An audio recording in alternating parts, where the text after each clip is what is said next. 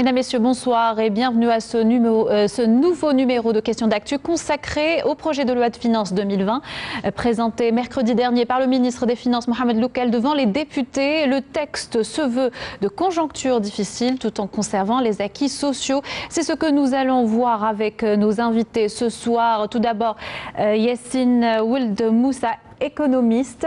Bonsoir monsieur. Bonsoir. Et puis Youssef Ben Abdallah, national supérieur des statistiques et économie appliquée. Bonsoir. Bonsoir. Merci d'avoir accepté notre invitation.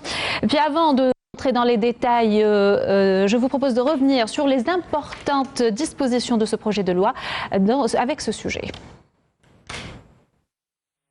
Élaboré dans le cadre du retour au processus budgétaire marqué par la rigueur consacrant la rationalisation et l'assainissement des ressources financières, le projet de loi de finances 2020 ne remet pas en cause le caractère social de l'État et des secteurs dits prioritaires, à leur tête l'éducation nationale et la santé. Selon le texte de la loi de finances, le taux de croissance devrait se maintenir en 2020. Il s'établira autour de 1,8% du PIB.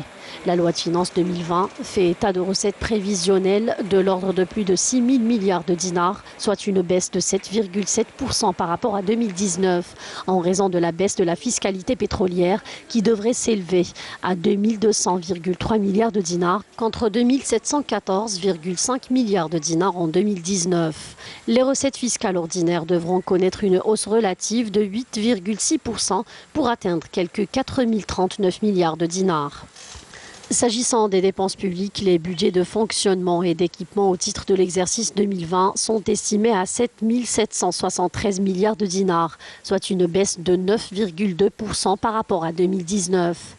Le budget de fonctionnement prévu s'élèvera à 4 893 milliards de dinars pour la prise en charge notamment des dépenses courantes et des dépenses incompressibles, à l'instar des salaires, des charges de la sécurité sociale et celles relatives au bon fonctionnement des structures publiques et à la prise en charge des besoins sociaux. Le projet de loi de finances 2020 consacre 33 118 postes budgétaires, notamment au profit du secteur de l'éducation nationale avec 9 772 postes, l'enseignement supérieur avec 7 475 postes et le secteur de la santé avec 4 100 postes budgétaires. En matière de transferts sociaux, un montant de 1 798 milliards de dinars a été consacré au titre d'aide aux ménages, notamment pour le logement et les produits de large consommation. Cette année, il sera question de rationaliser les dépenses de fonctionnement des services et administrations publiques.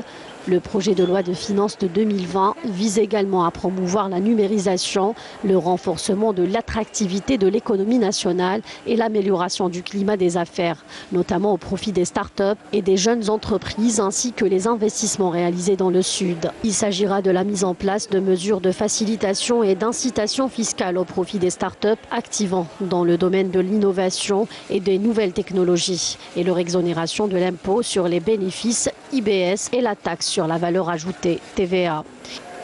Il sera également question de la diversification et l'élargissement des ressources de financement de l'économie nationale, la rationalisation des importations, le raffermissement de la solidarité nationale entre les différentes franges de la société, la préservation de l'environnement et la promotion de l'utilisation des énergies renouvelables et de l'efficacité énergétique, en sus de l'amélioration des recettes ordinaires du budget de l'État, voire la simplification des procédures fiscales et douanières et la lutte contre l'évasion fiscale.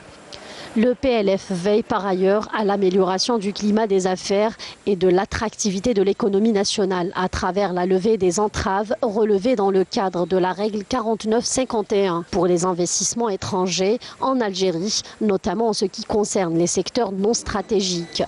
Le texte du projet de loi propose un éventuel recours au financement extérieur auprès d'institutions financières internationales de développement pour financer les projets économiques structurels et rentables.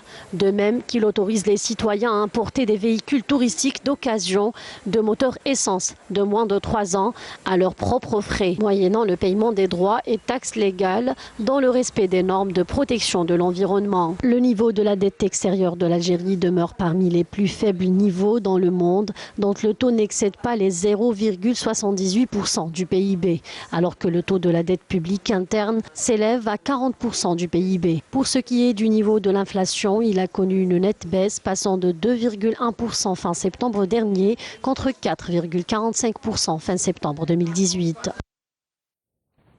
C'était donc un sujet de Amel et Siridir et nous aborderons l'année sous de très lourdes pressions budgétaires, a déclaré le ministre des Finances Mohamed Loukel. Un déficit à combler de 2000 milliards de dinars est à prévoir en 2020, soit 9% du PIB, alors que qu'une baisse des revenus du secteur des hydrocarbures est prévue, une baisse de 12% du niveau des exportations et du prix moyen du baril en 2019. Un constat plutôt morose qu'ont fait les autorités au sujet de l'année 2020, Monsieur Oued-Moussou. Bien oui, l'année 2020 est le résultat d'un long processus. Vous avez parlé d'un déficit, d'un manque à gagner. Le manque à gagner fiscal qui aurait pu permettre de financer le déficit, c'est tout simplement le manque à gagner en matière d'investissement productif hors hydrocarbures, et peut-être hydrocarbures, mais surtout hors hydrocarbures, et notamment dans la densification, l'intégration intra- et intersectorielle de notre économie, qui aujourd'hui aurait permis d'améliorer l'assiette fiscale, c'est-à-dire toutes les possibilités de recettes fiscales pour financer le déficit budgétaire. Alors le contexte, effectivement, c'est un trend depuis 2014, il est pas conjoncturel maintenant, il est structurel. On a une baisse des recettes pétrolières, on a une baisse des volumes d'hydrocarbures exportés, on a une persistance de la demande en besoins énergétiques intérieurs. Nous avons également, ça va de soi, une inflation, une dépréciation du dinar. Le financement dit non conventionnel, en fait, le financement monétaire du déficit budgétaire ne peut pas se faire sans dégâts impunément.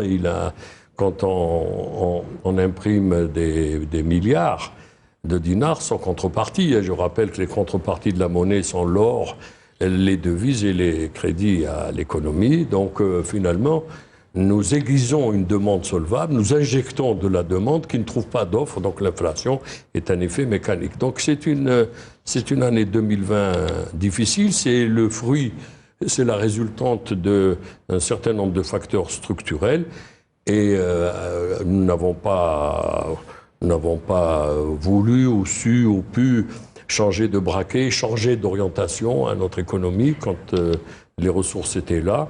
On aurait trouvé, si on avait eu un tissu économique dense, on aurait tout simplement amélioré nos recettes fiscales, tandis que là, on est obligé d'aller vers des procédés, des astuces qui ne sont pas saines sur le plan de l'inflation, sur le plan du pouvoir d'achat, sur le plan du bon fonctionnement de la société. L'informel est toujours là. L'inflation, il faut le savoir, enrichit les riches et appauvrit toujours les pauvres. Et donc c'est une année difficile. 2020, cette loi de finances, elle répond à des urgences. Et les pouvoirs publics essayent de combler du mieux que cela est possible. Donc il y a une augmentation des taxes, des taux, il y a une augmentation du nombre de taxes, etc. Mais sur le fond, la loi de finances, ça reste un élément structurel. La meilleure loi de finances, c'est celle qui s'intègre dans une vision, dans un plan pluriannuel à moyen terme, où la loi de finances n'est qu'un des moyens de réguler, d'orienter les activités économiques en sanctionnant celles qu'on considère parasitaires, inutiles, en favorisant celles qui sont utiles économiquement et socialement. Et donc 2020, c'est-à-dire, je vais vous le dire de façon un peu difficile, quand nous allons boire le calice jusqu'à la lie, c'est tout, il faut accepter. Donc vous estimez que c'est une année plus difficile que les précédentes ? Je pense que l'année 2020, jusqu'à présent, nous avons gardé le même système de prix, le même système de subvention, le même système de soutien, le même système. Donc qui revient cette année également. Finalement, la douleur n'a pas été perceptible. L'anesthésie sociale et sociétale et économique et financière a fonctionné. Mais 2020, c'est la fin de l'anesthésie. Donc 2020, les différentes hausses des prix, bon, bien sûr, ce ne sont que des prévisions. Le problème, c'est de réaliser la captation de ces recettes. Sur le plan technique, ce n'est pas facile dans une économie informelle. Et deux, est-ce que trop d'impôts, comme dit le célèbre proverbe, est-ce que trop d'impôts ne tue pas l'impôt ? On va revenir sur la fiscalité et les augmentations des taxes prévues par ce projet de loi. Vous avez parlé tout à l'heure des subventions. 99% du budget de fonctionnement alloué aux transferts sociaux, M. Ben Abdallah. N'est-ce pas ceci qui nuit exactement aux équilibres budgétaires, en dehors bien sûr de la baisse des entrées des hydrocarbures ? Je n'ai pas tout à fait compris. Je pense qu'il y a un petit problème, peut-être que j'ai dû mal entendre. 99% du budget de fonctionnement alloué aux transferts sociaux ? Oui. Non. Plus de... En gros, il fait partie du budget de fonctionnement, mais une grande partie. Peut-être pas 99%, mais... Là, il y a un petit problème. Là, il y a un petit problème. Les transferts sociaux occupent une part importante du budget. C'est à peu près 13-14% du budget, du PIB, pardon, et du PIB. Voilà. Alors, avant d'apporter quelques éclaircissements à cette question, je voudrais dire que M. Belmoussa a brossé un large tableau de l'économie nationale au temps T0, c'est-à-dire maintenant, ce qui nous attend pour l'année 2020 et peut-être pour les prochaines années où les ajustements seront un peu plus durs, un peu plus difficiles, un peu plus contraints. Je souhaiterais, pour compléter le tableau qui a été déjà brossé par mon collègue, et que le ministre des Finances a annoncé une contraction du budget d'équipement de 20%. Je pense que c'est le point le plus remarquable au sens qu'on doit le noter. C'est quelque chose d'habituel en Algérie, ce n'est pas la première fois qu'on contracte le budget d'équipement. Dans les années 70 et 80, nous avons eu des hausses du budget d'équipement quand le prix du pétrole a permis des recettes importantes, etc. Donc c'est l'État qui réinvestit la sphère économique, qui investit, qui développe les transferts, etc. Et quand l'État voit ses recettes baisser, comme c'est le cas actuellement, le premier ajustement, il porte sur le budget d'équipement.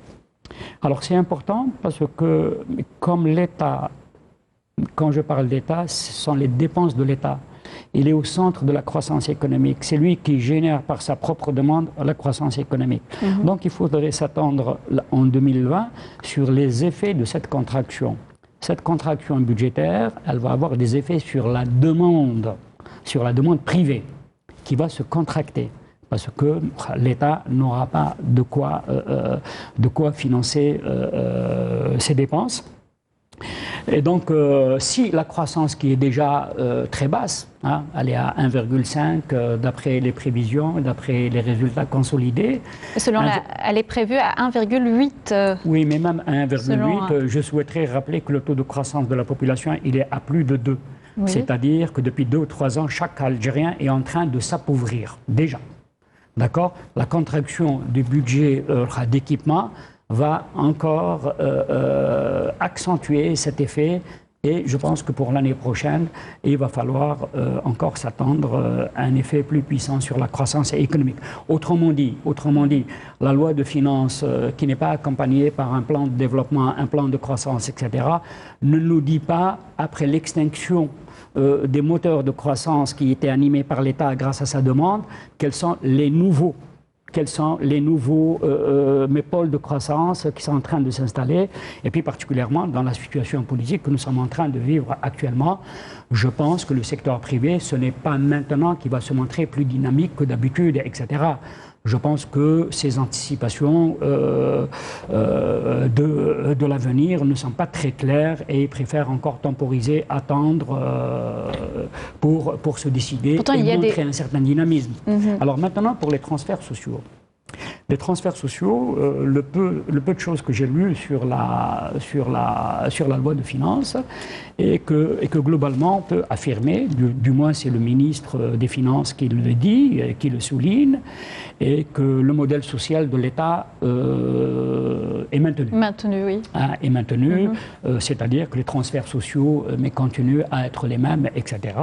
On le comprend tout à fait, surtout dans un contexte actuel. Ce n'est pas tout à fait le contexte approprié pour gagner encore de l'impopularité. Ça, on le comprend tout à fait. Mais je voudrais quand même faire une rétrospective. Il l'a plus ou moins faite, mon collègue. Et que depuis 2014, nous appelons à cela. Et bien avant, moi personnellement, j'ai écrit des papiers bien avant 2014, mais appelant à la révision du modèle social qui n'est pas soutenable, d'autant plus que toutes les études qui ont été faites, etc., ont montré que c'est un modèle finalement qui n'est pas si social qu'il le dit, puisqu'il profite plus aux riches qu'aux pauvres.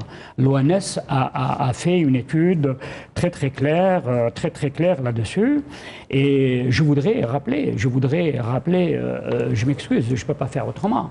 Cette question est sur le bureau du gouvernement depuis 1994. C'est-à-dire, durant la période de l'ajustement structurel, cette question de ciblage était déjà posée. Et on y travaille depuis. On a remis depuis quelques années une commission qui est en train de travailler sur ça, à qui il faudrait faire confiance tant qu'elle n'a pas parlé, elle n'a pas fourni de documents, elle n'a pas communiqué sur ça. Mais jusqu'à maintenant, on ne voit pas le moindre résultat, la moindre mesure allant dans ce sens. Mais il y a des choses qu'on aurait pu faire, des choses très précises que j'ai déjà dites sur certains plateaux. Effectivement, le souci avec les soutiens sociaux est qu'on touche les catégories vulnérables. Il faut continuer à les soutenir. Il n'y a pas de raison. Ce sont des Algériens justement, comme tous les autres, etc. Mais ce qu'on aurait pu faire, aujourd'hui, il y a des informations très crédibles sur un certain nombre de choses, sur un certain nombre de biens et services, d'accord, qui sont soutenus par l'État. Si on prend par exemple le carburant, nous savons tous que le fichier des voitures est décentralisé.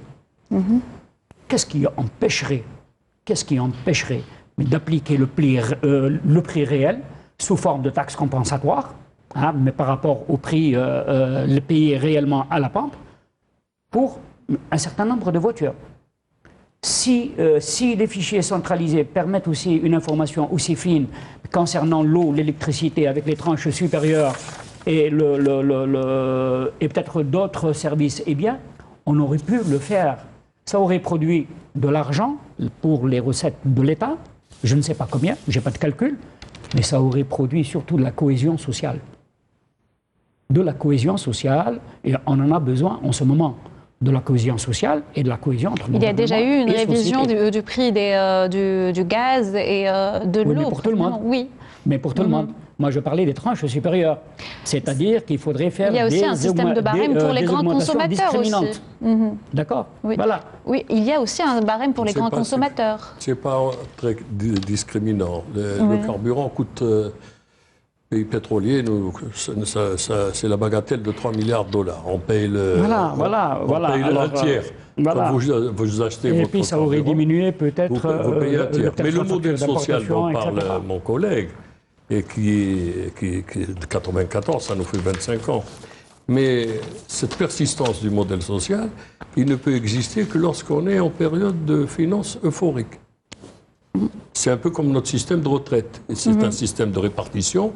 Il ne fonctionne qu'en état de plein emploi et de croissance. Or, la vraie limite au modèle social, c'est le modèle de croissance, c'est le modèle économique. Vous ne pouvez pas distribuer de la richesse que vous n'avez pas créée. Or, le modèle économique, c'est un modèle qui a la loi de finances, celle-ci, même les anciennes, révèle tout simplement la rigidité de notre modèle de croissance et son incapacité à produire des richesses autant que de besoins et des richesses en fonction de nos moyens. C'est-à-dire on a un problème d'efficacité et on a un problème d'efficience, on a un problème d'allocation des ressources, que ce soit les ressources allouées dans le cadre du budget qui passe par l'APN, n'est-ce pas? Budget de fonctionnement, et que ce soit les ressources qui passent par le marché, par le système bancaire.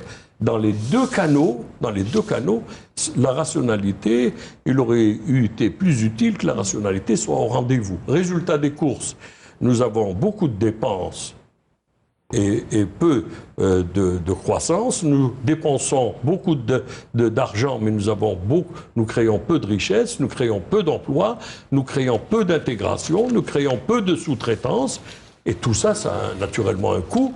Ça a un coût sur le plan économique, puisqu'il y a une vulnérabilité et une fragilité, une sensibilité au prix du baril qui ne dépend pas de notre volonté. Le prix du baril se fait ailleurs, dans notre marché. Et puis vous avez une fragilité du tissu social. On peut, bien sûr, répondre par des expédients, financer ceci, financer cela, les subventions. Mais vous savez, les Algériens, ils n'ont pas demandé l'assistanat. Les Algériens n'ont pas demandé la subvention. La subvention, elle s'est imposée à eux comme une conséquence des choix du modèle de croissance et de la stratégie de développement.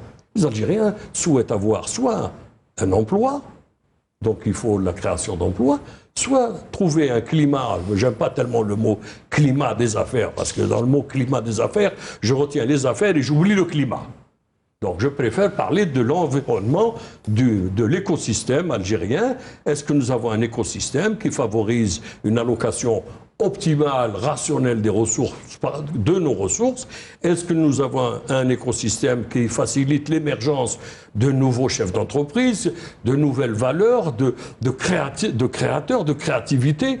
Nous avons, au lieu d'avoir le binôme investissement-production, nous sommes restés bloqués sur le binôme importation-consommation. Importation-consommation, c'est une fausse croissance, c'est une fausse économie, mais vous avez de vrais résultats négatifs qu'il faut. Alors, bien sûr, j'adoube et je soutiens les propos de mon ami Abdallah, quand il dit la cohésion sociale. Le tissu est très fragile, et surtout dans les circonstances politiques dans lesquelles nous sommes. Donc, effectivement, les catégories les plus vulnérables, il faut bien sûr faire preuve de solidarité. C'est l'histoire de la construction de notre État, un État... Donc vous l'avez dit, c'est une résultante d'années de... Oui, mais aujourd'hui, c'est la facture. 2020, c'est vraiment la facture. Hein. C'est vraiment la facture. Et moi, je suis un peu sceptique sur la faisabilité des nouvelles taxes. Moi, j'ai du mal à penser qu'il sera difficile. Justement, parlons-en. Vous avez parlé... Nouvelles taxes, oui. Les taxes sur les compositeurs, les avocats, les éditeurs. Vous avez une économie informelle. Quand vous augmentez la TVA, elle a une vertu. Enfin, une vertu. C'est l'impôt le plus injuste. Puisque tout le monde paye l'impôt. Alors, on va la passer. Vous pouvez la mettre à 25%. Le problème, c'est de la toucher. Or, quand vous avez plus de la moitié des transactions qui ne sont pas bancarisées, vous n'avez pas de traçabilité bancaire, donc vous ne pouvez pas avoir de transparence fiscale. Donc, vous ne pouvez pas savoir où est la TVA. En plus, nous avons mis un système qui s'appelle l'IFU, c'est-à-dire, alors je vous cache pas les casse-têtes chinois entre ceux qui sont soumis à l'IFU et ceux qui ne sont pas soumis. Moi, je vois mes camarades experts comptables en train de détricoter les relations de leurs clients.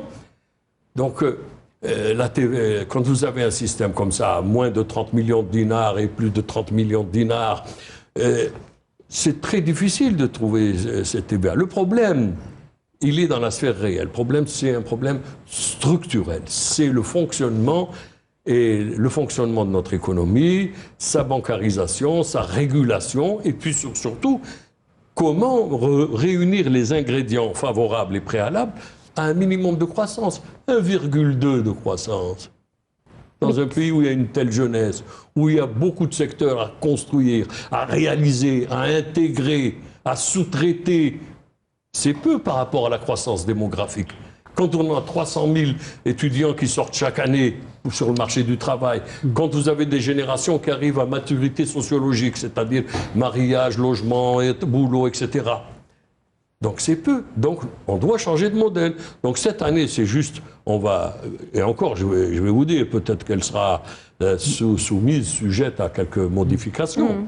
Quelques modifications, parce qu'il y a des taxes ici, je suis un peu sceptique sur le fait de pouvoir les capter.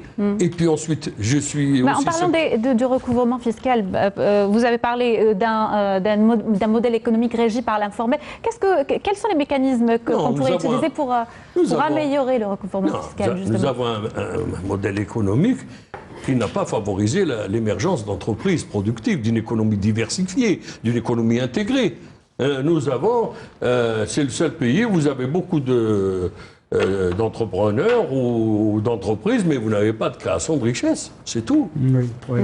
C'est tout. C'est une économie où la sphère, pour emprunter un langage particulier d'un certain siècle, où vous avez une économie qui est dans la sphère de la circulation. Et dans la sphère de la production, il y a très peu de joueurs, il y a très peu de clubs, il y a très peu d'acteurs. Mais seulement la sphère de la circulation. Monsieur Ben Abdallah voudrait peut-être... Je vais lui laisser la parole, il n'y a pas de problème. Merci. La sphère de la circulation, c'est une circulation à devise pétrolière. Et quand le pétrole s'enrhume, l'économie se grippe. Oui. Allez-y, monsieur Ben Abdallah. Oui, moi je souhaiterais réagir et puis un peu mais continuer sur ce qui vient d'être dit. Le ministre des Finances, monsieur le ministre des Finances, nous assure que le poids de la dette publique n'est pas important. Hein, je cite dans le texte, donc je ne transforme pas ses paroles. On peut comprendre ça comme une certaine marge encore de manœuvre entre les mains de l'État, etc. 41%. Oui, 41%. Je voudrais rappeler que 41%, je rappelle que 41%, c'est le fait pratiquement du financement non conventionnel. Hein. Oui. Mais sinon, avant, on avait, au temps du FRR, on avait une dette publique négative. Négative, puisque le FRR était supérieur à la dette. D'accord ? Et voilà qu'aujourd'hui, on se retrouve avec une dette nette, de 41%.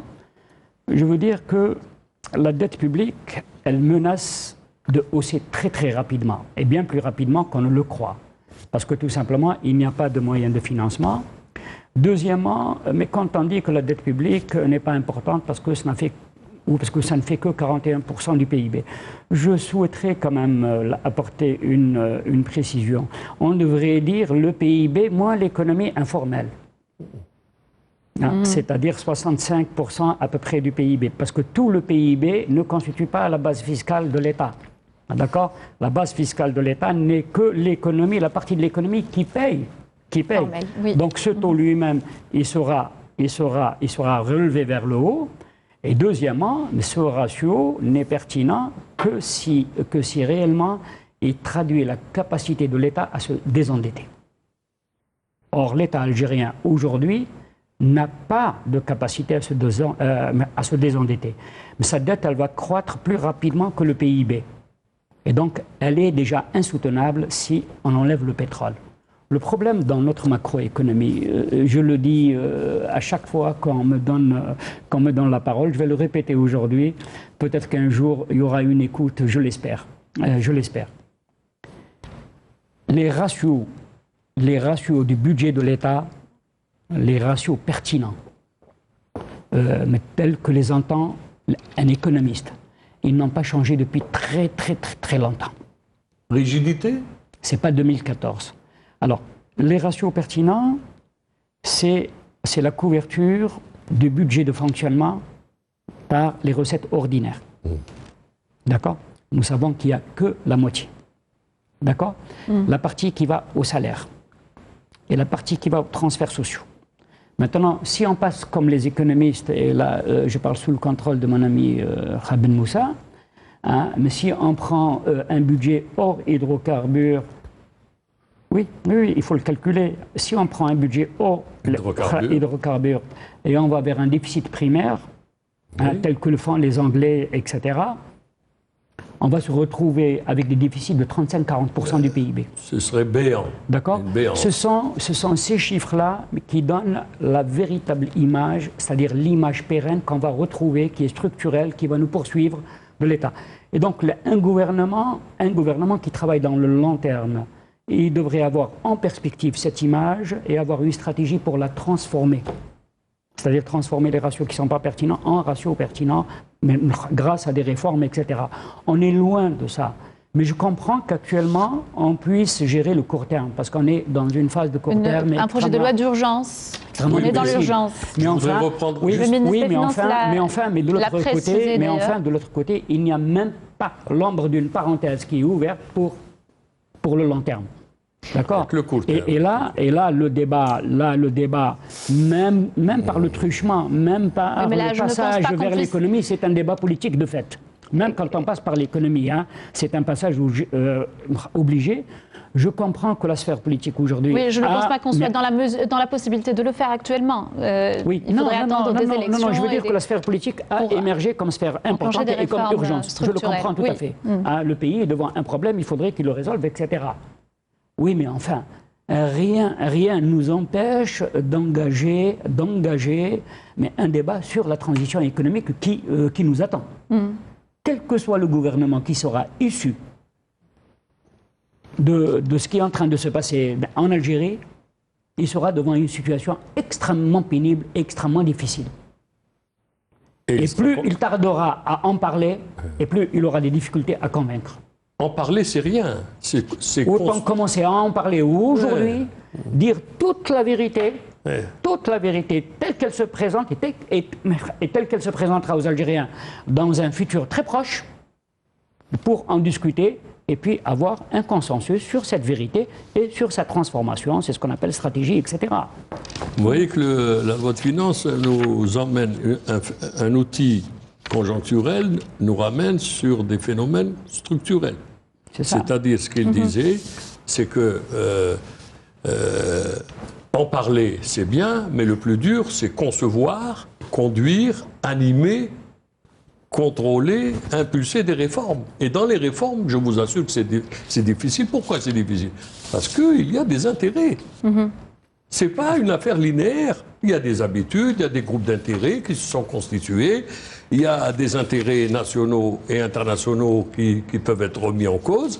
Le fait de substituer, de mettre au milieu des politiques publiques l'intérêt national, par exemple, l'intérêt national, ou bien, par exemple, la politique de l'emploi, parce que la dignité humaine, elle passe par l'intégration à un emploi. Or, actuellement, les dispositifs de création d'emplois sont des dispositifs de nature sociale, ne sont pas de nature économique. C'est ça, une grosse... Si je demande, pourtant mon ami est un initié, si je lui dis « demain tu veux créer une entreprise, comment tu fais ?» À son âge, il ira à l'ANSEJ, qu'on appelle là l'ANSEJ des vieux. Non, ça veut dire que l'écosystème ne facilite pas la création d'entreprises, la production de valeur, la création d'emplois, la création d'intégration, la reconquête du marché intérieur, la possibilité de bénéficier des opportunités du marché extérieur. Donc, ces problèmes, c'est pas d'en parler, c'est surtout de les concevoir et de les conduire, qu'elles soient pertinentes, et le courage politique que cela nécessite. Donc cela passera forcément par des réformes structurelles que nous ne sommes pas... Nous avons retardé au calendrier grec. Et vous savez, il y avait un homme politique célèbre dans l'hémisphère, dans le continent américain, il disait tout ce qui est urgent n'est pas important, car ce qui est important prend du temps. Alors on est resté dans l'urgence, on est dans l'urgence.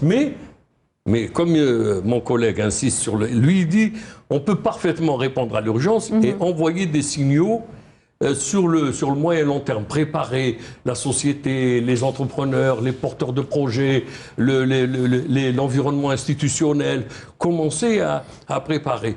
Mais ça, il faut que les... Puis ça produira de la confiance. Non, il faut de la confiance. Et puis il faut traiter un problème institutionnel. quand vous êtes je ne veux pas être méchant, mais quand on est à quelques jours d'une échéance, vous ne pouvez pas, à quelques jours d'une échéance, il y a des phénomènes qui ne relèvent pas du court terme, ce n'est pas de la magie, ça ne se trouve pas sous le sabot d'un cheval. Justement, les réformes structurelles ne pourront pas se faire qu'après les échéances du 12 décembre prochain.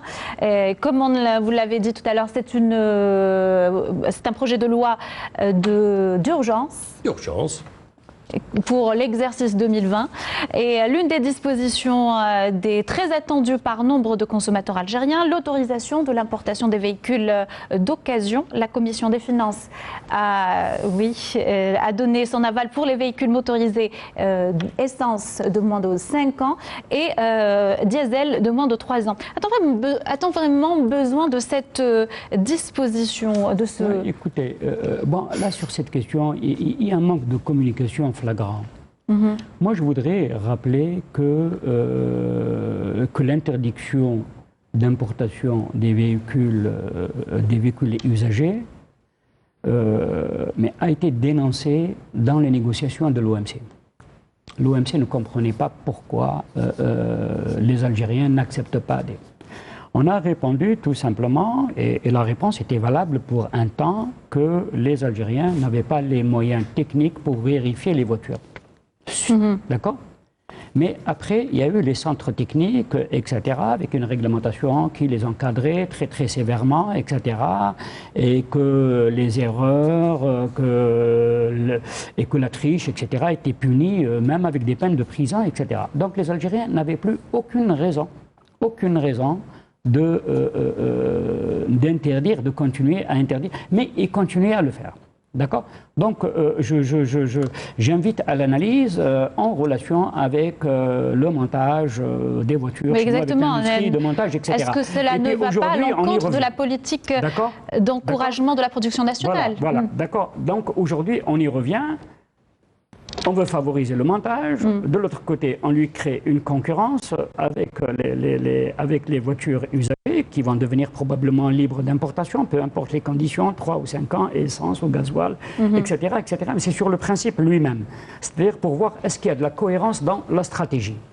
Deuxièmement, mais pourquoi c'est venu à ce moment-là qu'on a des difficultés, etc.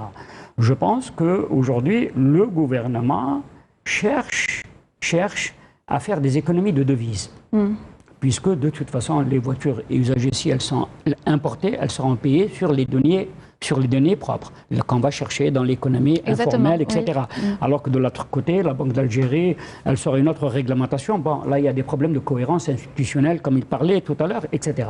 Bon, mais supposons qu'il n'y ait pas de problème de cohérence. Et posons le problème en termes financiers. Parce que dans notre pays, on pose malheureusement les problèmes en termes financiers, au lieu de les poser en termes structurels. C'est ce qu'on appelle un peu les systèmes hydrauliques. Fermer, ouvrir le robinet, en fonction, etc. Bon, mais qu'est-ce qui va se passer? Il y a plein de gens qui sont intervenus, qui ont écrit des papiers dans les journaux, etc. Mais pour dire, voilà, combien va coûter une voiture, d'accord, à l'importation, mais compte tenu du marché informel, du prix de transport, des frais de douane, etc. Je me demande si ce n'est pas un coup d'épée dans l'eau. Mais vraiment. Avec la baisse du pouvoir d'achat. Avec la baisse du pouvoir d'achat. Et puis je pense que les Algériens vont devoir, d'ailleurs, sur les marchés, et d'après certains articles, etc., on commence à voir que les anticipations des Algériens sur leur comportement de consommation, mais commencent un peu à leur dicter un peu de rationalité, un peu de contraction, etc. C'est-à-dire que les gens prévoient un lendemain avec beaucoup de questionnements, d'incertitudes, etc. Et donc, ils commencent à prendre des mesures sur leur propre comportement à la consommation. Donc, je ne sais pas. Et puis, je voudrais terminer avec cette note, d'après le journal, pas d'après moi, je n'ai pas assisté à la discussion. Il paraît que finalement, les députés ne sont pas du tout intéressés à la loi de finances, ils sont intéressés juste à ce point. Enfin, c'est ce qui est rapporté par la presse, hein. D'accord, c'est pas moi qui dis ça. Hein. Non, il y a eu des amendements pour pratiquement Voilà. Plusieurs... Non, c'est exagéré, c'est un petit peu point spectaculaire, le véhicule. Voilà, le véhicule parce que ça intéresse l'opinion publique large. Oui, mais peut-être qu'il faudrait commencer à discuter avec l'opinion publique sur les autres questions qui sont nettement plus intéressantes. C'est ce qu'on disait tout à l'heure. Hein. L'emploi, la richesse, le chômage, la dévaluation, etc. C'est ça qui est important. Bien sûr. Bon, le véhicule, je vais vous dire.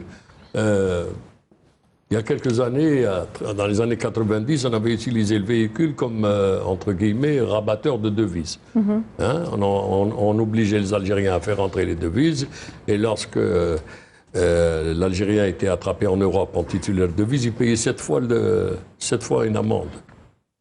Donc on lui disait, tu vas mettre les devises dans la banque algérienne, et puis, etc. Donc finalement, c'était non seulement un acheteur de véhicules européens, mais aussi un collecteur de devises pour les mettre dans de façon même conjoncturelle, même sur un mois, 2 mois, de façon très momentanée sur la balance de paiement algérienne. Bon, on a arrêté cette formule, mais peut-être faut-il qu'on s'accroche à une grande marque. Quand je pense que les Chinois ont acheté Volvo pour 2 milliards de dollars.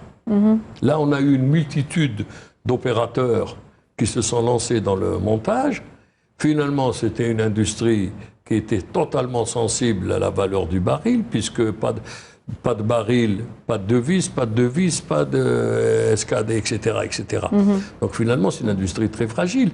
L'idéal, ça aurait été, comme l'ont fait nos voisins, d'avoir préparé un tissu de sous-traitance, etc. Mais on ne peut pas refaire le monde. Maintenant, c'est une formule qui est offerte pour ceux qui peuvent acheter des deux.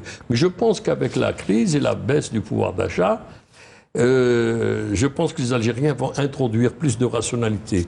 Et il y a un proverbe algérien qui est magnifique, que j'aime beaucoup, et qui est basé sur la pratique d'une longue expérience. Il dit « L'ara ya'lam al-khiyata, ou l'jo ya'lam al-sqata » et la rareté, la rationalité.